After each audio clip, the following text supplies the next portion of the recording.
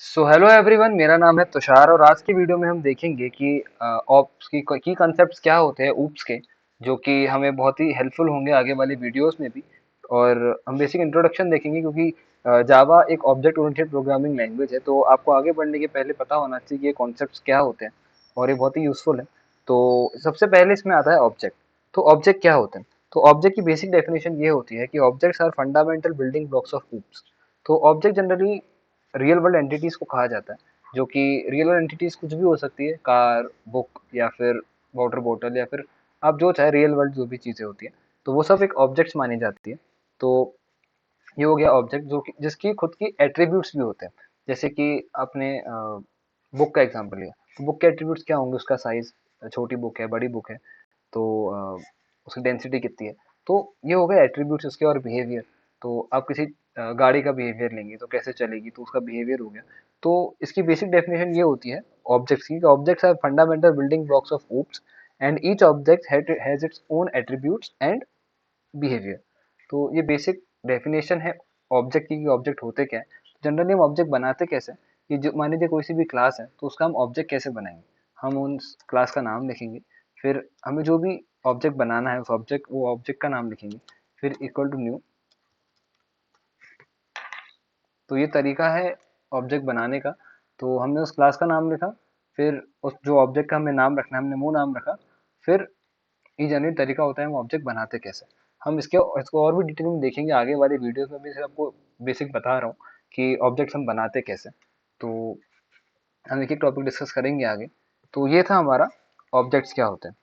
अब हमारा next concept है कि क्लासेस क्या होती है। तो जनरली क्लासेस क्या होती है? Classes are blueprint for creating objects. अब मान लीजिए हमने कार का एग्जांपल लिया।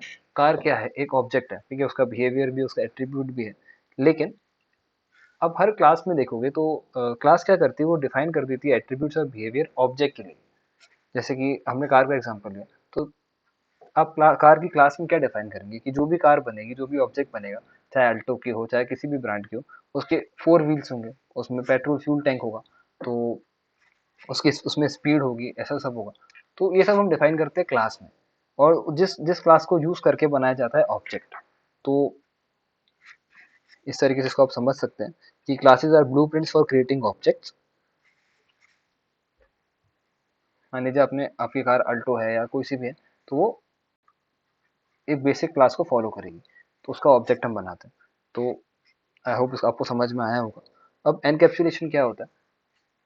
एनकैप्सुलेशन जनरली जो सिमिलर मेथड्स हैं उनको एक साथ एक क्लास के अंदर, मान ली क्लास के या सिंगल एंटिटी के अंदर स्टोर करता है। जैसे कि क्लास भी वही काम करती है कि मान लीजिए आपने कोई सी भी क्लास बनाई, स्टूडेंट की बनाई, तो जो मार्क्स वाला फंक्शन होगा या जो भी होगा वो उससे रिलेटेड है। तो सारे मिलते जुलते मेथड्स को और एट्रीब्यूट्स को वो एक साथ बनाना, एक साथ एक एंटिटी में स्टोर करके रखना, वो होता है एनकैप्सुलेशन। अब अब आता है इनहेरिटेंस। तो जनरली इनहेरिटेंस बहुत यूजफुल रहता है। वो इनहेरिटेंस का जनरली काम ये होता है, मान लीजिए जैसे मैं आपको बताया कार का एग्जांपल लिया है, तो मैंने उसमें आपको क्या बताया कि जो बेसिक स्ट्रक्चर होगा क्लास का वो डिफाइन किया जाएगा कार का। तो बेसिक स्ट्रक्चर क्या है? फोर व्हील्स होगा। अब अब जो भी हर ब्रांड होगा, मान लीजिए फॉर्च्यूनर है, कुछ भी है, अब वो क्या करेंगे कि मैंने कार का नाम बोला, सॉरी, मारुति सुजुकी है या कोई से भी ब्रांड है। अब वो क्या करेंगे कि वो बेसिक स्ट्रक्चर को लेंगे और अपने हिसाब से मॉडिफिकेशन करना चाहेंगे। तो वो क्या करेंगे? बेसिक स्ट्रक्चर को इनहेरिट करेंगे अपने कंपनी में, कि मतलब बेसिक स्ट्रक्चर क्या है? फोर व्हील्स है और ये सब है। और फिर उसमें मॉडिफिकेशन करेंगे कि क्या स्पीड होगी, किस टाइप का हम यूज करेंगे मटेरियल या वो सब। तो जनरली वो चीजें आती है इनहेरिटेंस में, कि एक क्लास की प्रॉपर्टीज दूसरी क्लास में यूज करना, वो है इनहेरिटेंस। अब आता है पॉलीमॉर्फिज्म। तो पॉलीमॉर्फिज्म का सबसे बड़ा एग्जांपल आपका फोन है, क्योंकि आप मान लीजिए आप फोन यूज कर रहे हो, तो फोन में आप जब कैलकुलेटर यूज कर रहे हैं फोन में, तो वो कैलकुलेटर का काम कर रहा है। आप जब उसमें वीडियो देख रहे हैं, गाने सुन रहे हैं, तो वो म्यूजिक प्लेयर का काम कर रहा है। तो वन थिंग मैनी फॉर्म्स, वो generally basic definition, simple definition है पॉलीमॉर्फिज्म की। तो ये जनरली की कंसेप्ट से ऊप्स के जो हमने डिस्कस किए, और आगे वाली वीडियोस में हम इसको प्रैक्टिकली देखेंगे कि हम इसको कैसे इम्प्लीमेंट करते हैं। तो